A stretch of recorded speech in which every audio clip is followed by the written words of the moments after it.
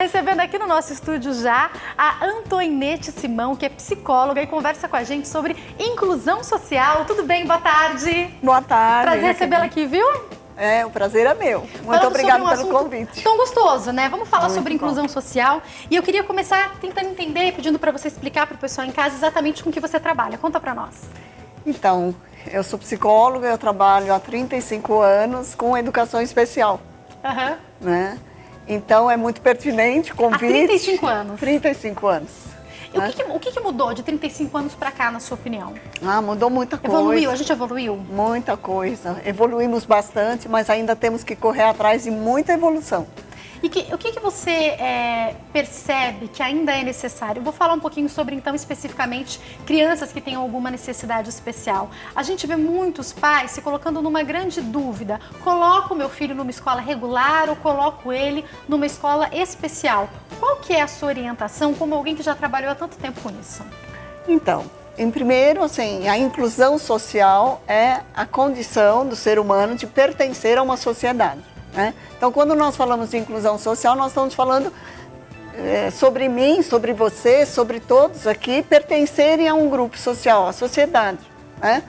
Eu vivi a experiência de pertencer à sociedade brasileira, eu sou estrangeira e eu fui inclusa na sociedade brasileira a partir do momento que eu cheguei aqui e vivi exatamente a experiência que eu vejo os alunos da educação especial vivenciando, né?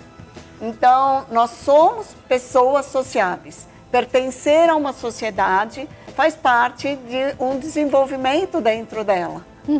Quando nós temos alguma necessidade especial, quando nós temos alguma diferença, né? Que o assunto inclusão social, ele vai um pouco antes da educação especial ou da pessoa que tem uma necessidade especial. Vai do conviver com as diferenças. Nós estamos numa sociedade aprendendo cada vez mais, mas eu ainda acho que o maior aprendizado que nós temos tido e que ainda gera muito problema é a liberdade de sermos diferentes. Nós nunca tivemos tanta liberdade de nos mostrar diferentes e esperar respeito por isso, esperar que as pessoas nos aceitem exatamente da forma que nós estamos nos apresentando. Esse ponto, eu acho que é o ponto em que a sociedade evoluiu e precisa continuar evoluindo, porque o que eu percebo, se a gente assiste alguns programas, e no canal fechado tem alguns programas que acompanham vidas de pessoas que são diferentes, ou são muito altas, ou são anões, ou tem algum tipo de deficiência, e quando essas pessoas vão pra rua, de várias situações, né? E quando essas pessoas vão pra rua, eu assisti um episódio específico falando de algumas pessoas que eram anãs, todo mundo olhava, algumas pessoas punham a mão na cabeça e queriam bater foto, e isso gerava um grande constrangimento, porque eles são simplesmente pessoas que estão ali para comprar, para vender, para viver como qualquer outro. E não é, eu acho que ninguém tem vontade de passar totalmente desapercebido, não é essa a questão. A questão é passar como qualquer outra pessoa e não chamar atenção por algo que seja diferente, né? Com certeza, é ser pertencente ao grupo independente da apresentação que você tem, né? Isso é muito importante. Como a minha experiência maior é com a educação e a educação especial, né? O que eu percebo é que pertencer à sociedade, tendo uma condição física ou mental, visual, ter uma condição de déficit, isso causa uma adaptação um pouco mais difícil à sociedade. Pertencer à sociedade tendo uma condição dessa requer muito mais união de toda a sociedade. Da família em primeiro lugar, né? Eu acho que nós estávamos falando de educação agora há pouco, o professor falou palavras assim incríveis, dicas dele, deu dicas incríveis, né? Mas o primeiro lugar onde a gente tem que pertencer, onde a gente tem que receber educação, onde a gente tem que ter a coragem, que foi a palavra de Deus hoje, né? De ter a coragem de pertencer a este mundo, é a família. É na família. É o primeiro grande núcleo, né? Primeiro grande núcleo onde a gente tem que pertencer com respeito, com dignidade e conseguir, a partir dali, ter o aprendizado de sair para a rua, sair para o mundo e ali se sentir seguro, independente da apresentação que temos. E eu vou te perguntar isso agora. Muitas vezes é na família que começam os primeiros problemas, a insegurança, de repente, dos pais de falar, não, você vai, mas o seu irmão não pode. Não, você faz, mas o seu irmão não pode. Às vezes, até com carinho, com excesso de proteção, acabam atrapalhando aquela criança de se sentir pertencente? Sim, sim. Muitas vezes a própria dificuldade dos pais de ter fazer, né? filhos diferentes, né? Já faz com que eles tenham todo um movimento de, meu Deus, como que eu vou cuidar desse que tem uma deficiência visual ou tem uma deficiência mental. O outro é mais fácil. A criança sem deficiência fica muito mais fácil de ser cuidada, mas é uma ilusão, viu, Jaqueline? Uhum. Porque os pais de crianças que não têm deficiência nenhuma, quando a gente se reúne num ambiente que não tem nenhuma criança com deficiência, os pais estão lá se puxando os cabelos, né? Então, cuidar de alguém, fazê-lo se tornar um cidadão, cuidar para que ele tenha um desenvolvimento saudável é difícil. Para qualquer filho, para qualquer filho, para qualquer família, para qualquer pai e mãe. Agora, quando a criança vem com alguma deficiência, com algum déficit, aí a família começa a achar que aquele é muito mais difícil. Uhum. Não, é uma pessoa que quer seu amor, quer sua atenção, quer sua dedicação, mais do que qualquer outra, ou tanto quanto qualquer outra. Muitas famílias, nesses 35 anos de experiência, já me relataram com convicção que o filho especial, ele dá muito menos trabalho na família do que o filho que não tem problema nenhum de desenvolvimento, de aprendizagem ou coisa assim. Agora, para a gente escolher se vai inserir essa criança numa escolinha ou numa escola mesmo, regular ou não, como deve ser feita essa escolha? Então, primeiro que a partir do momento que existe um diagnóstico de que a criança tem uma necessidade diferenciada ou de desenvolvimento de aprendizagem e tudo mais, a família precisa buscar uma equipe que a ajude a fazer essas escolhas, né? Então, a inclusão, tanto social quanto escolar, é o movimento de você ajudar alguém a pertencer a um grupo. E nós precisamos estar numa escola, né? Claro. A escola, ela precisa estar preparada para receber. Porque era isso que eu ia falar. E aí a gente pode falar tanto de estrutura mesmo, como de pessoas preparadas. Porque às vezes você insere o seu filho...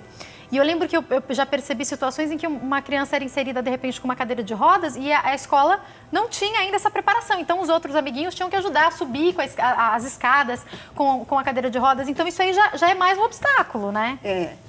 Nós temos vivido muitas experiências de extremismos, né? Então, muitas escolas se acham preparadas porque puseram um elevador e uma rampa. Que também não é só isso. Que não é só isso. E muitas escolas se acham despreparadas, mesmo tendo o elevador e a rampa, porque não tem o pessoal técnico preparado para receber aquela criança com necessidades especiais.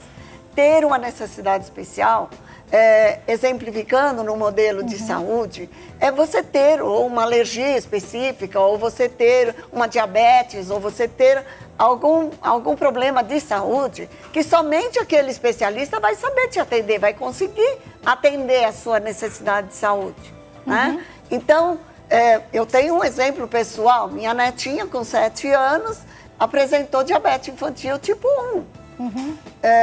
A maioria das escolas, a maioria dos professores não sabem lidar. É um assunto também muito pertinente para vir aqui para o programa, para o nosso programa. A diabetes tipo 1 é muito confundida com a diabetes tipo 2. Né?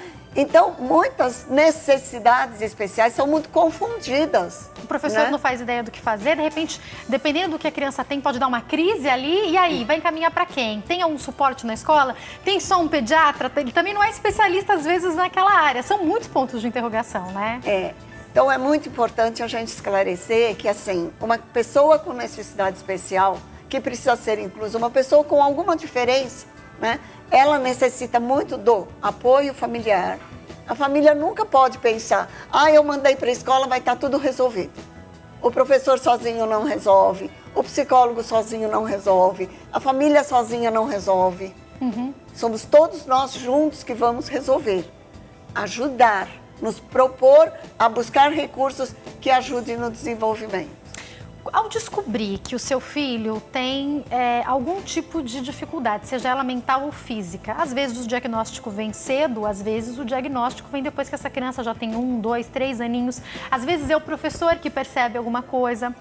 E eu percebo que também alguns pais querem negar. Não, meu filho não tem isso, meu filho não tem dificuldade nenhuma, o que às vezes até retarda procurar ajuda. Mas a minha pergunta é, ao perceber isso, os pais precisam de um suporte psicológico muitas vezes? Sempre, sempre. E precisam de muito conhecimento, né? Quanto mais eles fugirem do conhecimento, maior eles vão estar aumentando o sofrimento. É muito necessário o conhecimento, né? Os pais, normalmente, eles assim, querem buscar mesmo, se for necessário um psicólogo. Claro que é necessário, mas é necessário que eles aceitem que eles precisam de um recurso para poderem apoiar o filho deles. Né? Então, muitas vezes, o que acontece, normalmente, é que eles buscam recurso para o filho. Meu filho precisa de físio, de fono, de terapeuta ocupacional, ele precisa de todos os profissionais necessários, mas eu não vou gastar dinheiro comigo. Eu vou buscar alguma informação, eu vou buscar, né? E o que eu percebo é que esse problema dos filhos muitas vezes gera problema na família, no casal, porque o que eu observo, assim, de algumas visitas que eu fiz, de alguns trabalhos que eu fiz, é que muitas vezes, quando você vai para uma instituição, para uma PAI, muitas vezes quem está ali com a criança é a mãe. E a mãe geralmente relata, o meu marido não vem, ou o meu marido não aguentou. Eu vejo muitas situações assim. Na prática isso acontece mesmo? Totalmente. Nós brincamos lá na escola que nós temos muitos filhos da mãe, não temos muitos filhos do pai. Infelizmente, né? E é muito sério isso, né? Nós estamos falando de um momento de mundo que está em evolução e ele só vai conseguir evoluir quando pai e mãe estiverem juntos na educação do seu filho, né? Um só não pode fazer os dois papéis. Nós estamos falando de educação. E eu costumo dizer para a minha equipe e para as famílias que eu trabalho com elas, que o pai é professor de uma matéria. E a mãe é professora de outra matéria. Precisa dos dois. Precisa dos dois. Eu vou para um intervalo, daqui a pouco eu estou de volta. E uma das perguntas que eu vou te fazer também, já que eu falei sobre pais e mães, é sobre classe social. Isso interfere na estrutura que essa criança vai ter? Você me responde já a sua opinião. Eu vou para um break, já eu volto com a Antoinette Simão, que é psicóloga e está esclarecendo as nossas dúvidas sobre inclusão social. Eu volto já.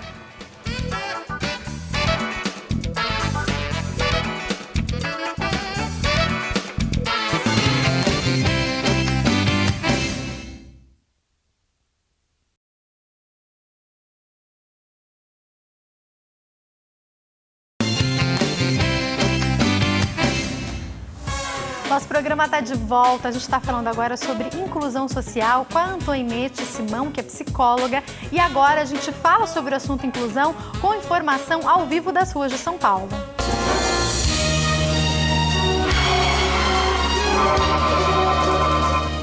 Eu converso ao vivo com a nossa repórter Jéssica Nunes, que está no Centro de Assistência e Motivação de Pessoas, na zona oeste de São Paulo. Tudo bem, Jéssica? Boa tarde.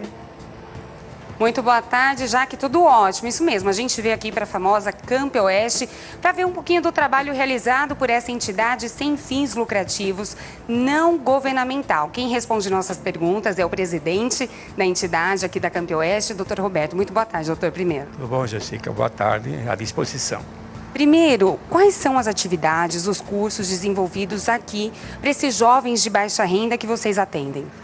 Nós temos uma formação básica que implica em desenvolvimento de oficinas, na área de raciocínio lógico, oficinas de relações humanas, oficinas administrativas e oficinas que levam o jovem a crescer para poder trabalhar em uma empresa.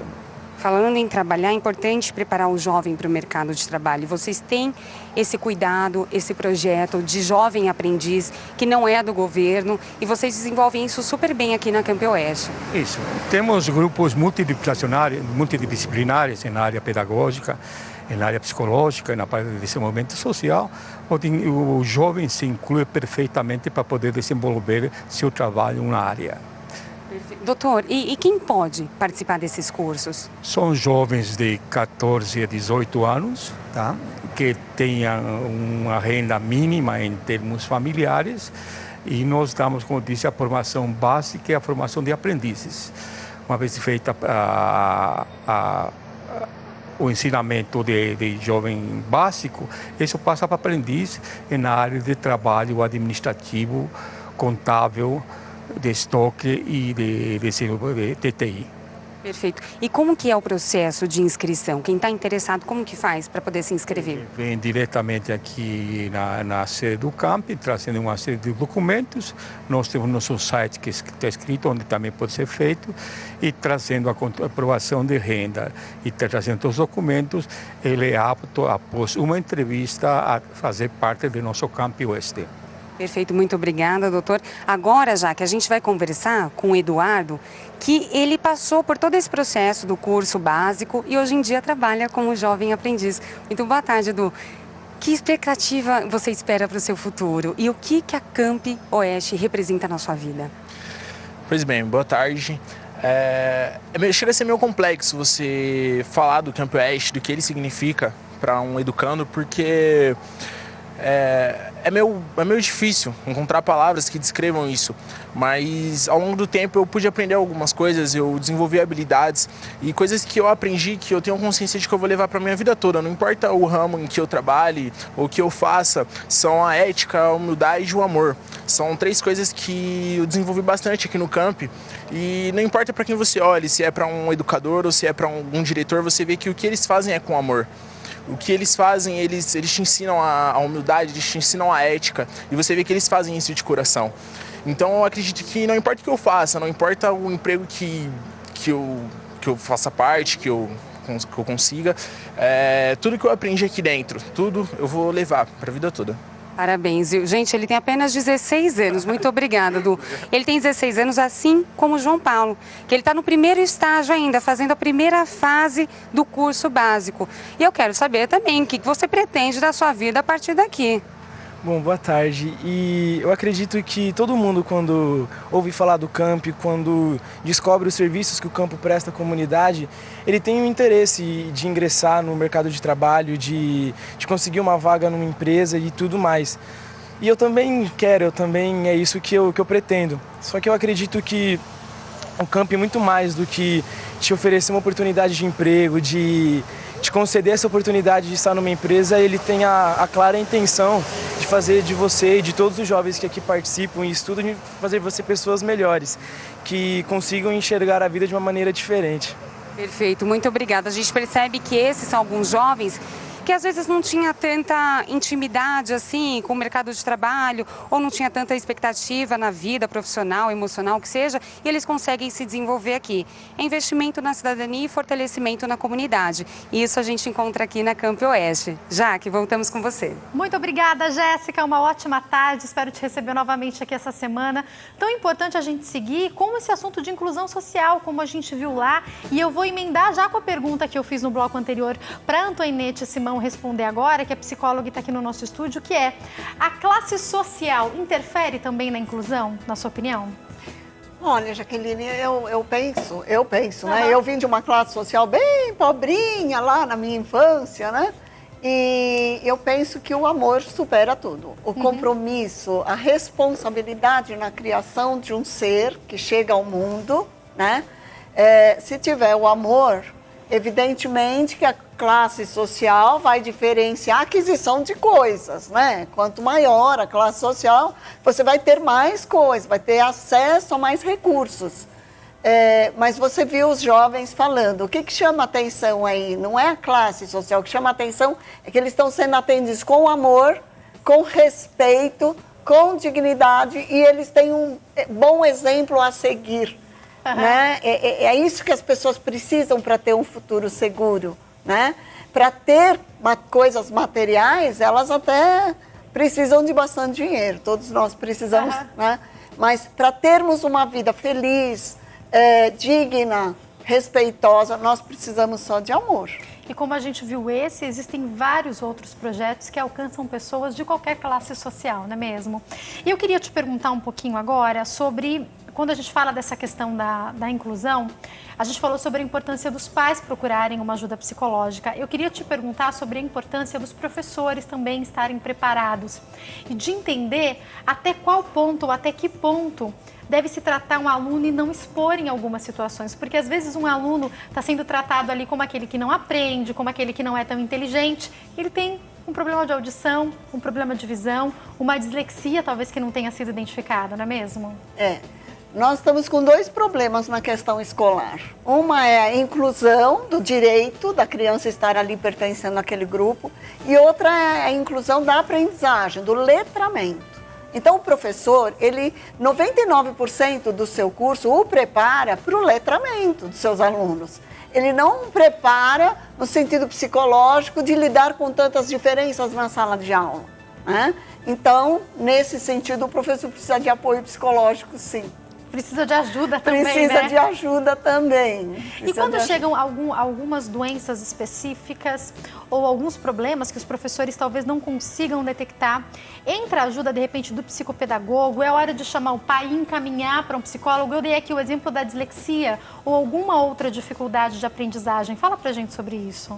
Quando nós falamos de uma escola para todos, quando nós falamos de inclusão escolar, nós temos que falar do apoio ao educando, né? Nós temos que falar de uma necessidade que ele tem e que o professor não vai ser o profissional com todos os instrumentos, com todos os recursos para suprir aquela necessidade daquele aluno. Então, sim, a escola precisa do psicopedagogo, ou então a família precisa buscar esses recursos separadamente. Então, ela leva o seu filho à escola e ela separadamente busca profissionais para suprirem a necessidade dele, para que ele consiga assimilar melhor o trabalho que ele está fazendo dentro da sala de aula. Senão, ele vai estar simplesmente sendo contemplado com uma carteira escolar, uma vaga. Não participando, como muitos casos que a gente escuta, não participando de aula de educação física, não participando de algumas aulas que de repente, ele não vai conseguir. Que também emenda com a pergunta que você fez, a família começa a tratar diferente. Nós podemos, tem a educação física adaptada, tem todas as matérias, é muito importante que o professor entenda, ou os pais, mais ainda, que todo o aprendizado é adaptado para a necessidade daquela criança. Então, para a gente finalizar o nosso bate-papo sobre essa inclusão, qual orientação a senhora deixa para os pais de pessoas com algum tipo de necessidade? Pais, a informação. Nós estamos num mundo onde estamos pensando que ele está muito desenvolvido. Evidentemente, se eu pensar que eu estou aqui há 50 e tantos anos, ele evoluiu, mas ainda muito pouco em relação ao que nós precisamos que ele evolua. Então, nós, sociedade, precisamos que todos... até a exemplo do professor que me antecedeu, nós precisamos de muito conhecimento, discernimento para saber o que fazer com as nossas vidas e com as vidas daqueles que estão sob nossos cuidados. A palavra que eu quero deixar para as famílias, para o setor educacional, até para a minha equipe que está me assistindo, para minhas netas, é discernimento. Vamos discernir cada vez mais do conhecimento que nós temos para poder aplicar com muito amor e com muita competência. Então, não pare de buscar o conhecimento, não é Não verdade? pare nunca. Muito obrigada, viu? Foi um prazer te receber aqui. Prazer Quem quiser é entrar em meu. contato, tem o telefone 0 operadora 11 2261 1100 e tem o site escolaespecial.com.br, escolaespecial.com.br. Para a gente finalizar, fala um pouquinho do livro pra gente. O livro Educação Especial, Educação Essencial. A inclusão é isso. É uma educação especial, é uma educação essencial. A pessoa com necessidade especial, ela precisa de educação. É essencial que ela tenha educação. Então, esse livro Mas é indicado... essa educação tem que ser especial. É indicado... para todos, né? Muitos professores indicam para fazer trabalho de pedagogia. Nos cursos de pedagogia, Então, ele é pais, muito professores, solicitado. todos devem ler. Pais, né? professores, todos devem ler. Obrigada, viu? Uma ótima tarde. Eu te dei um quando vim aqui da outra Eu vez. lembro, obrigada. Olha só, gente, o nosso programa está chegando ao fim e amanhã a gente vai falar sobre sinal digital e sinal analógico. O que muda? Qual que é a diferença de um para o outro? A gente esclarece as suas dúvidas. A gente bate papo também sobre imposto de renda, porque daqui a pouquinho está na hora de você fazer o seu, viu? E a gente fala também sobre iniciativa popular. Eu quero falar para você que está assistindo o nosso programa que eu estou te esperando nas nossas redes sociais. Se você quiser entrar em contato para saber de tudo que acontece na programação, facebook.com/HitTVOficial. facebook.com/HitTVOficial. Eu te espero também na minha página, facebook.com/Jaqueline Stefano, e no meu canal do YouTube, porque vocês têm pedido muito, eu vou começar a colocar as palavras lá. Hoje mesmo eu já vou colocar uma, então se inscreve no canal, youtube.com/Jaqueline Stefano, ou só pesquisa lá no YouTube, Jaqueline Stefano, que você já acha o meu canal, tá bom? Muito obrigada hoje pelo seu carinho, pela sua audiência, foi um prazer ter você com a gente, eu tô te esperando aqui amanhã. Um beijo grande, uma excelente tarde, fica com Deus, tchau!